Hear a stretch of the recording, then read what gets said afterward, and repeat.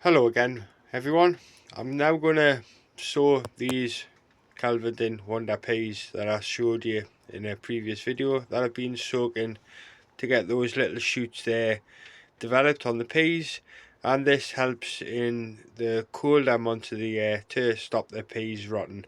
The shoot takes over and the pea has already germinated and can get going in this little section of gutter that I've got right here. And I've just used a simple method of just rolling up some newspaper into a ball and then loosely tying it in with a bit of string on either end, and that's good enough to hold the compost in the centre. And now I can sow these peas. So what I'm going to do is I'm just going to put a trickle of water inside of the gutter here, and this is enough to get the peas off and running. You only want a small amount of moisture in there, and that'll be enough to get these peas off to a nice start, because peas don't like lots and lots of water, so that little trickle of water in there, it'll be quite ample.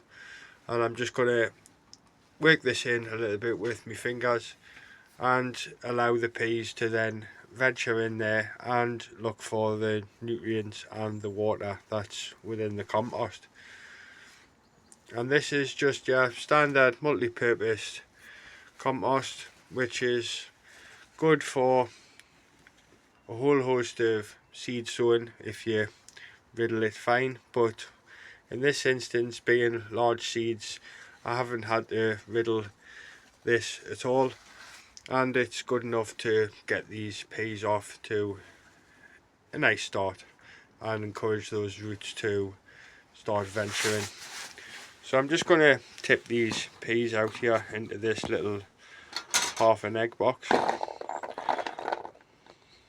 So there's the peas right there, and I'm just going to stagger them throughout this section of guttering and make sure that the developing shoot or root is pointing downwards. So just place that in there, and then I'm going to cover over the top with round about 1.5 inches or so of compost once the peas are set in. So what I'm now going to look for is the ones that have got really nice developed young shoots, like that one there, and just zigzag them throughout the gutter pipe there. So I'm going to do a nice amount of these Calverdin Wonder peas in this section of gutter, and any that I have left over I'll take home and do something else with in terms of sowing. But I brought down enough seeds to fill up this tray right here, so that's really nice. So just going to continue to set these in, making sure that the little shoot there is pointing downwards.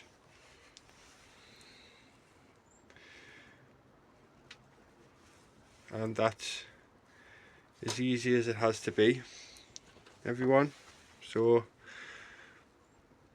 I'll try and speed this up a little bit for you, because I know it's kind of repeating myself. They're just doing the same thing, so I'm just going to tip the seeds on there, and then that'll make it a little bit quicker to sow them.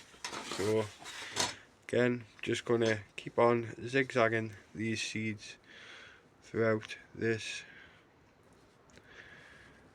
gutter section, and then I can put the compost over the top, and that'll be them off and running, and I'll have some nice peas to be getting on with.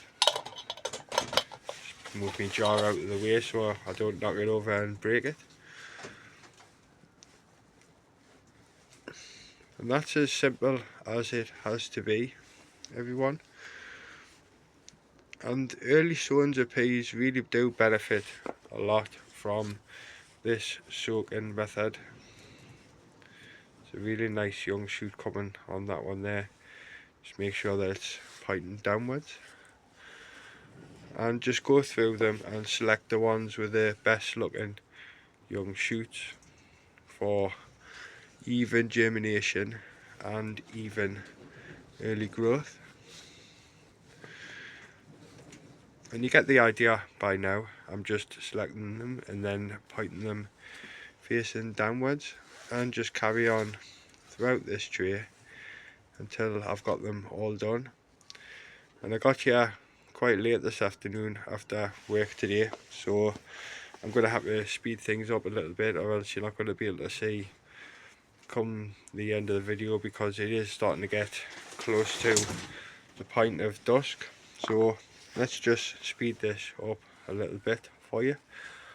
But how do you sow your peas when you sow them early? Do you start them off indoors, or do you wait until maybe a little bit later in the season and then do them then?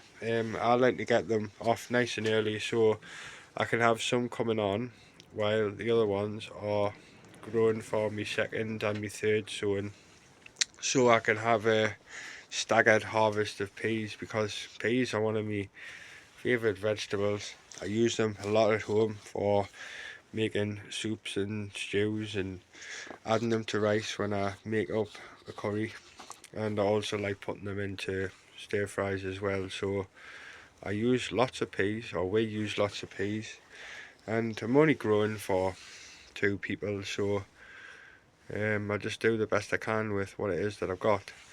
And I'm not a rich man at all, you know. I'm from Newcastle, like, and I'm I wouldn't say destitute, but I'm not exactly mega rich neither.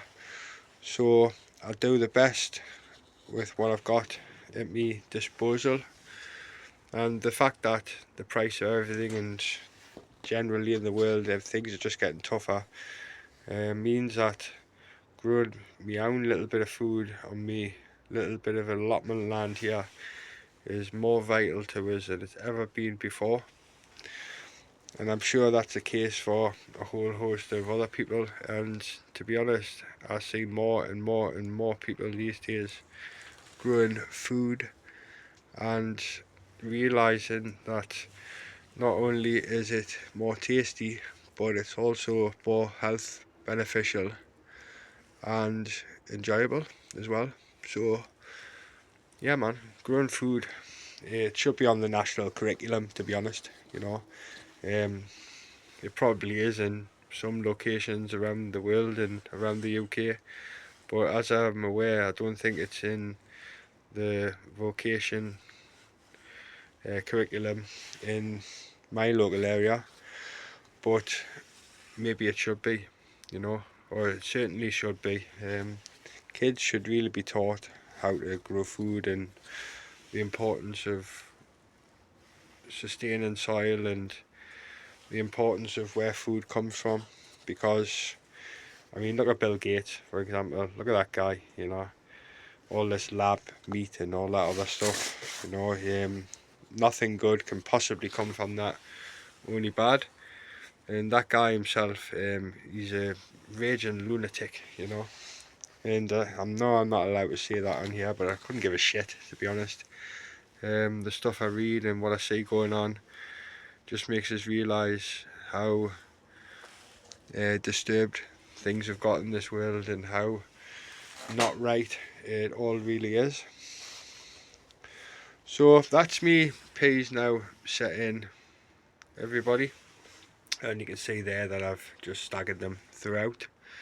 And then when it comes to germination time, they can just be allowed to grow on, and they'll support each other, if you know what I mean. And I'll end up with getting some nice rows of peas out of these, which is really lovely. So there we go, there's some peas to be getting on with. And the last thing to do is just to move these peas to the side, and I've got some compost here that I just broke up with my hand in this container here, and I'm literally just going to cover over the top of all the peas here, and then that'll be them sowing, and the shoots will start to develop from these peas, and they will then go on to grow to be young pea plants.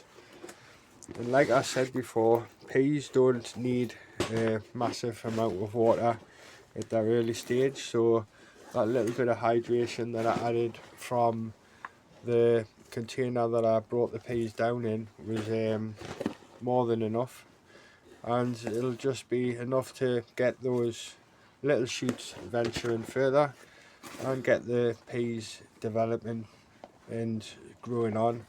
Peas themselves, being large seeds, contain quite a lot of energy, so they can supply themselves with the energy needed to put out some early, very early shoot roots, as I like to call them. So those young shoots there that I showed you will get going from the little bit of moisture that I've added to the compost, but also from the energy of the pea itself, which is a large seed.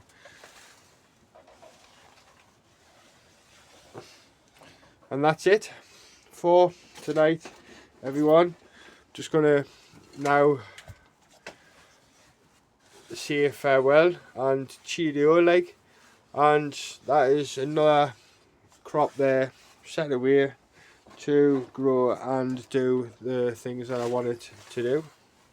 So there we go, more Calvin Wonder peas suspended up on this old table end, which works really quite well, and it means that the mice can't climb up the metal legs here and get to the peas that are up high. Catch you on the next one, everyone. Speak to you again next time.